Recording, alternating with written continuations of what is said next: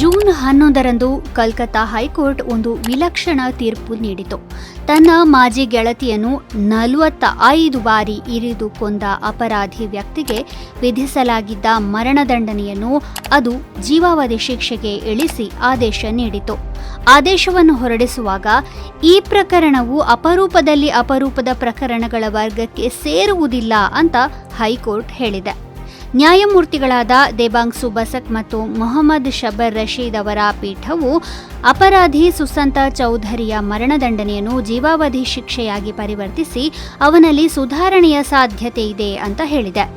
2022ರ ಮೇ ತಿಂಗಳಲ್ಲಿ ಚೌಧರಿ ತನ್ನ ಮಾಜಿ ಗೆಳತಿಯಾಗಿದ್ದ 21 ವರ್ಷದ ಹುಡುಗಿಯನ್ನು 45 ಬಾರಿ ಇರಿದು ಅತ್ಯಂತ ಕ್ರೂರವಾಗಿ ಕೊಂದಿದ್ದ.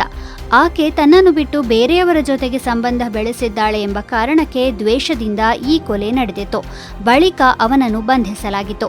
ಪ್ರಕರಣದ ತೀವ್ರತೆಯನ್ನು ಗಮನಿಸಿ ಆತನಿಗೆ ಕೆಳ ನ್ಯಾಯಾಲಯದಲ್ಲಿ ಮರಣದಂಡನೆ ಶಿಕ್ಷೆ ವಿಧಿಸಲಾಗಿತ್ತು. ಚೌಧರಿ ತನ್ನ ಮರಣದಂಡನೆಯ ವಿರುದ್ಧ ಹೈಕೋರ್ಟ್ನಲ್ಲಿ ಮೇಲ್ಮನವಿ ಸಲ್ಲಿಸಿದ್ದ.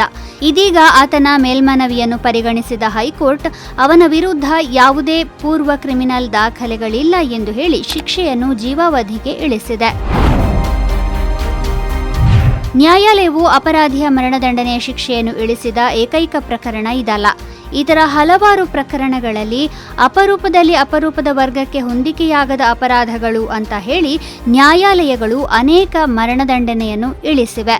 ಅವ್ಯಾವುವು ಅಂತ ಒಂದೊಂದಾಗಿ ನೋಡೋಣ. ಈ ವರ್ಷದ ಏಪ್ರಿಲ್ನಲ್ಲಿ ಕೇರಳದಲ್ಲಿ ತನ್ನ ಸ್ವಂತ ಮಗಳ ಮೇಲೆ ಅತ್ಯಾಚಾರ ಎಸಗಿ ಬಳಿಕ ತನ್ನ ಹೆಂಡತಿ ಮತ್ತು 4 ಮಕ್ಕಳು ಸೇರಿದಂತೆ ಇಡೀ ಕುಟುಂಬವನ್ನು ಕ್ರೂರವಾಗಿ ಕೊಂದ ಅಪರಾಧಿಗೆ ವಿಧಿಸಲಾಗಿದ್ದ ಮರಣದಂಡನೆಯನ್ನು ಸುಪ್ರೀಂ ಕೋರ್ಟ್ ರದ್ದುಗೊಳಿಸಿತ್ತು. ಜೈಲುವಾಸದ ಸಮಯದಲ್ಲಿ ಆತನ ನಡವಳಿಕೆಯಲ್ಲಿ ಗಮನಾರ್ಹ ಸುಧಾರಣೆ, ನಿರ್ಲಕ್ಷ್ಯ ಮತ್ತು ಕೌಟುಂಬಿಕ ಅಸ್ಥಿರತೆಯಿಂದ ಆತನ ಬಾಲ್ಯದ ಆಘಾತ ಮತ್ತು ಯಾವುದೇ ಕ್ರಿಮಿನಲ್ ಹಿನ್ನೆಲೆ ಇಲ್ಲದಿರುವುದು ಸೇರಿದಂತೆ ಹಲವು ಕಾರಣಗಳ ಆಧಾರದ ಮೇಲೆ ಉನ್ನತ ನ್ಯಾಯಾಲಯವು ಅವನ ಶಿಕ್ಷೆಯನ್ನು ಜೀವಾವಧಿ ಶಿಕ್ಷೆಗೆ ಇಳಿಸಿತು. 2024ರ ಡಿಸೆಂಬರ್ನಲ್ಲಿ ಛತ್ತೀಸ್ಗಢ ಹೈಕೋರ್ಟ್ 34 ವರ್ಷದ ವ್ಯಕ್ತಿಯ ಮರಣದಂಡನೆಯನ್ನು ಜೀವಾವಧಿ ಶಿಕ್ಷೆಯಾಗಿ ಪರಿವರ್ತಿಸಿತು. ಆ ವ್ಯಕ್ತಿ ತನ್ನ ಹೆಂಡತಿ ಮತ್ತು 3 ಮಕ್ಕಳನ್ನು ಕೊಂದ ಆರೋಪದಲ್ಲಿ ಶಿಕ್ಷೆಗೆ ಒಳಗಾಗಿದ್ದ. ಈ ಪ್ರಕರಣವು ಅಪರೂಪದ ವರ್ಗಕ್ಕೆ ಹೊಂದಿಕೆಯಾಗದಿರಲು ಹೈಕೋರ್ಟ್ ಮತ್ತೆ ಅದೇ ಕಾರಣವನ್ನು ಉಲ್ಲೇಖಿಸಿತ್ತು. ಇನ್ನೊಂದು ಪ್ರಕರಣದಲ್ಲಿ 2023ರ ಏಪ್ರಿಲ್ನಲ್ಲಿ ಸುಪ್ರೀಂ ಕೋರ್ಟ್ 31 ವರ್ಷದ ವ್ಯಕ್ತಿಯೊಬ್ಬ ತನ್ನ ಸಹೋದರಿ ಮತ್ತು ಆಕೆಯ ಪ್ರೇಮಿಯನ್ನು ಕೊಲೆ ಮಾಡಿದ್ದ ಪ್ರಕರಣದಲ್ಲಿ ಮರಣದಂಡನೆಯನ್ನು ಜೀವಾವಧಿ ಶಿಕ್ಷೆಯಾಗಿ ಪರಿವರ್ತಿಸಿತು. ಕೊಲೆ ಮಾಡುವ ಸಮಯದಲ್ಲಿ ಅಪರಾಧಿಗೆ 25 ವರ್ಷ ವಯಸ್ಸಾಗಿತ್ತು. ಅಪರಾಧಿ ಉತ್ತಮ ನಡವಳಿಕೆ ಹೊಂದಿದ್ದ ಮತ್ತು ಕ್ರಿಮಿನಲ್ ಮನಸ್ಥಿತಿಯನ್ನು ಹೊಂದಿರಲಿಲ್ಲ ಎಂದು ಸುಪ್ರೀಂ ಕೋರ್ಟ್ ಹೇಳಿತ್ತು. ಕ್ರೂರ ಅಪರಾಧಗಳ ಅಪರಾಧಿಗಳಿಗೆ ನ್ಯಾಯಾಲಯಗಳು ಸೌಮ್ಯತೆಯನ್ನು ತೋರಿಸುವ ಇಂತಹ ಪ್ರಕರಣಗಳು ಜನರ ಮನಸ್ಸಿನಲ್ಲಿ ಬಹುಶಃ ಮುಗ್ಧ ಬಲಿಪಶುಗಳ ಹಕ್ಕುಗಳಿಗಿಂತ ಅಪರಾಧಿಗಳ ಸುಧಾರಣೆಯೇ ನ್ಯಾಯಾಧೀಶರಿಗೆ ಹೆಚ್ಚು ಮುಖ್ಯವೇನೋ ಎಂಬ ಭಾವನೆ ಮೂಡಿಸುತ್ತವೆ.